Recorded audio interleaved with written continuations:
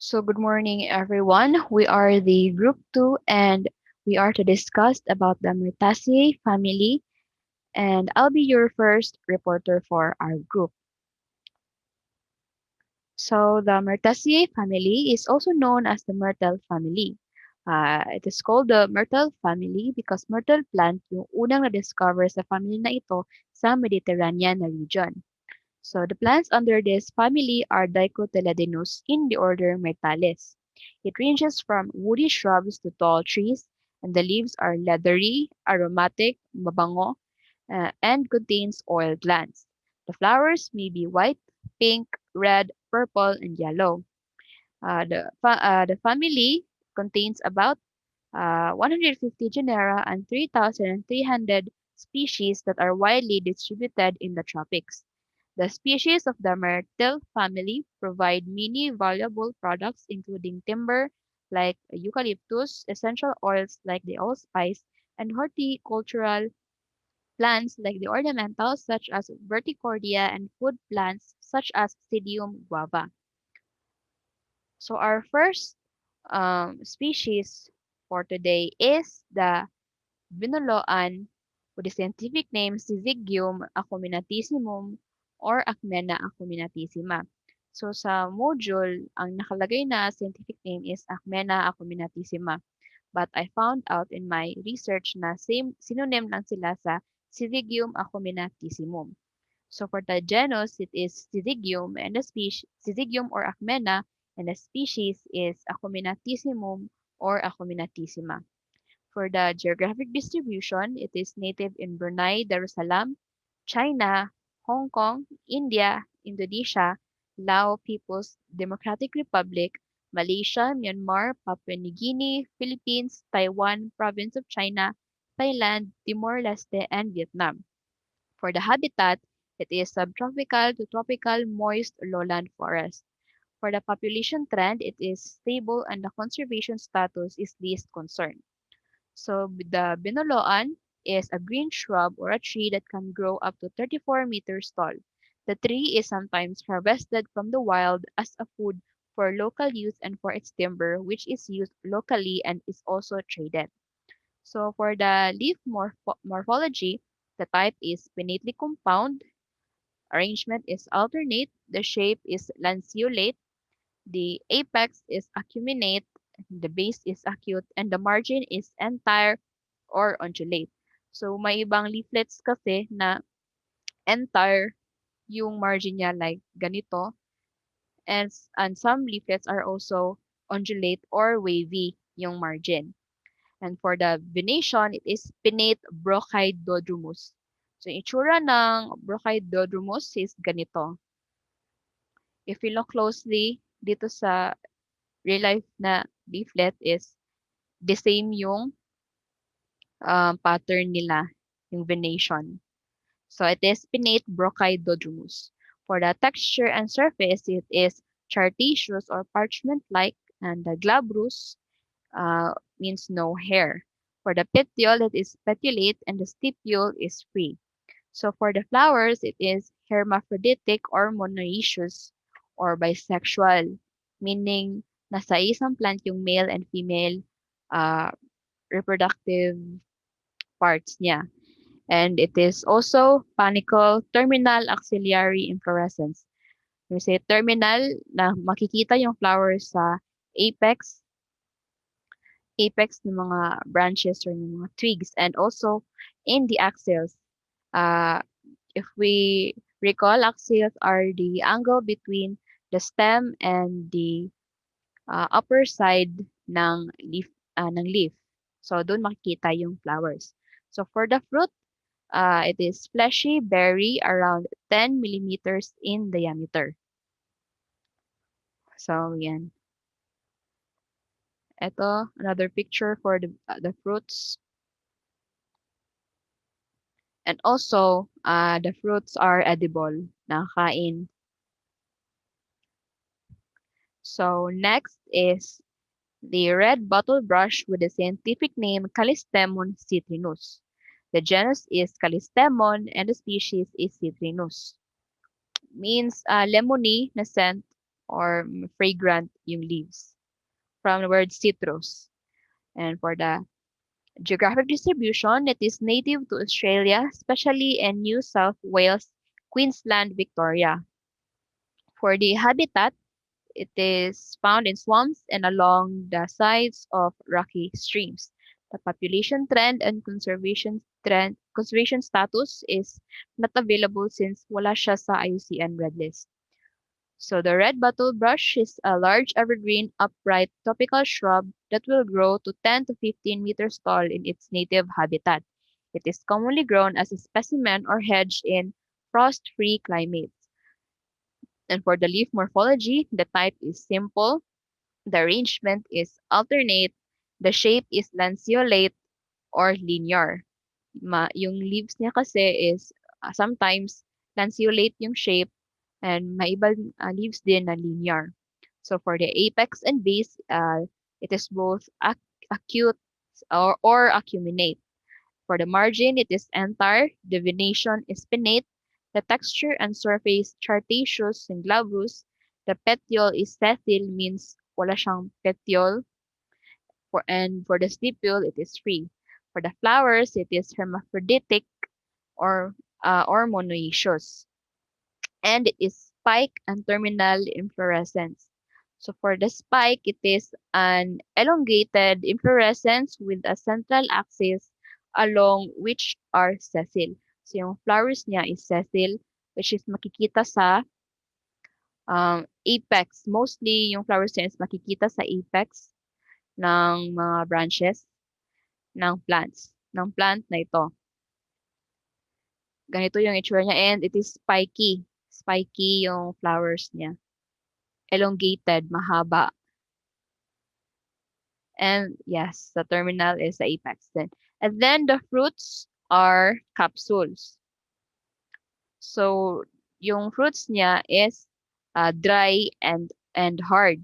And nagpo-form yung clusters along the stem. Another picture here. Nagpo-form yung fruits along the stem and usually nakaheld siya sa plant for many years. So, yung seeds niya ay hindi na-release for many years. Pero may ibang species naman na nag-open ang fruit after about mga 1 year. But mostly, hindi sila nag-open for many years. So, yung seeds niya ay capsules, woody, cup-shaped, and 7 millimeter wide. Ganito yung itsura ng fruit niya. So, next species, we have the Bagras with the scientific name Eucalyptus deglupta. The genus is Eucalyptus and the species is Diglupta. For the geographic distribution, it is native in Indonesia, Papua New Guinea, and Papua New Guinea main island group, North Solomons, and the Philippines. For the habitat, it is lowland and lower montane rainforest habitats, often in riverine forest. Population trend is decreasing and the conservation status is vulnerable. It is decreasing and vulnerable due to agricultural activities dito sa Philippines and for other countries, habitat loss yung causes. And then, Bagras is a huge evergreen tree that may attain a height of more than 50 meters. And the trunk makes up 50 to 70% of the tree height, about 250 centimeter in diameter. With buttresses 3 to 4 meters high, bark is smooth, yellow, orange, or brown, becoming green after flaking. Flaking means parang nagpipeel off yung outer thin layer ng trunk. Yeah. And then, for the leaf morphology, we have the type is simple, arrangement is opposite, shape is lanceolate, the apex is acuminate, the base is acute, the margin is entire, the venation is pinnate, and the texture and surface is coriaceous and glabrous. Coriaceous means leathery, thick, and rough yung leaves niya, and glabrous with no hair. Petiole is petiolate, and the stipule is free. So for the flower, it is hermaphroditic or monoecious, and umbels, terminal, axillary, inflorescence. So when we say umbels, It is an inflorescence that consists of a number of short flower stalks which spreads from a common point. So, ganito yung itsura ng bells. May common point sila and it spreads, nagsispread yung flower which is attached with a short stalk. Ayan. Eh, From a common point, tas nag-spread. And terminal and axillary, the flowers are found on the apex of the plant and sa axils. And for the fruit, it is very tiny, winged, dark brown once mature, and releases 3 to 12 seeds per pod. So this tree is widely exploited for its wood, which is traded internationally. So this tree is grown widely around the world in tree plantations, mainly for pulpwood, which is ginagamit para gumawa ng white paper. So dito sa Pilipinas, it is the dominant species used for pulpwood plantations. And also because of its attractive bark or colorful bark, usually uh, pinaplant din siya for as an ornamental tree. So this is the Eucalyptus deglucta. And for the next species, we have the swamp mahogany with the scientific name Eucalyptus robusta. The genus is Eucalyptus and the species is Robusta. So for the geographic distribution, it is native to Australia, especially in Queensland and New South Wales. For the habitat, it is found mainly in swamps and on the edges of coastal lagoons and rivers where it is subject to periodic flooding. The population trend is decreasing and the conservation status is near threatened. Excuse me. And the causes stated are land clearing for agriculture and urbanization. So, the Eucalyptus robusta is an evergreen tree that grows up to 30 meters tall in swampy or waterlogged soils. Swamp mahogany is a long-lived tree that can live for at least 200 years. For the leaf morphology, the type is simple, the arrangement is alternate, the shape is lanceolate, the apex is acuminate, base is acute, margin is entire, the venation is pinnate, the texture and surface is coriaceous and glabrous, the petiole is petiolate and the stipule is ring. For the flower, it is the same with the others. Hermaphroditic or monoecious and umbels or axillary inflorescence. And for the fruits, uh, it is thin-walled, cylindrical to or urn-shaped capsule. So, parang a vase or cylindrical shape yung fruit niya. So, Eucalyptus robusta is one of the eucalyptus species most widely planted around the world. So, this species is often used as a timber tree, shade tree, ornamental tree, in shelter belts as a windbreak tree, and in water catchment rehabilitation. And then here, we have some pictures. And ito nasa gitna, ito yung seeds ng Eucalyptus robusta. And this is a picture of its trunk. So the Eucalyptus robusta is reported to have significant anti-malarial activity. Yung essential oil naman niya has shown antibacterial and antifungal activity. And like the other species, mabango rin yung leaves niya na once crushed, naglalabas ng spicy resinous odor yung leaves niya. So for the next species we have is the guava with the scientific name guajava, which is, I think, familiar tayong lahat.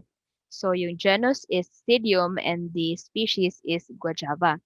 For the geographic distribution, uh, it is native to tropical America, probably from southern Mexico to South America, but is now widespread throughout the tropics and subtropics. For the habitat, it occurs throughout a large range of habitats, but is thriving mostly on roadsides with occasional abundant water and disturbed areas, including pastures, probably originated in riparian areas with periodic drought.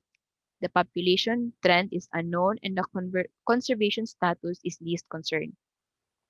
So guava is a fast-growing evergreen shrub or small tree that can grow to a height of 3 to 10 meters. The trunk is slender, 20 centimeters in diameter, covered with a smooth green to red-brown bark that peels off in thin flakes. It is an important tropical tree cultivated for its fruits.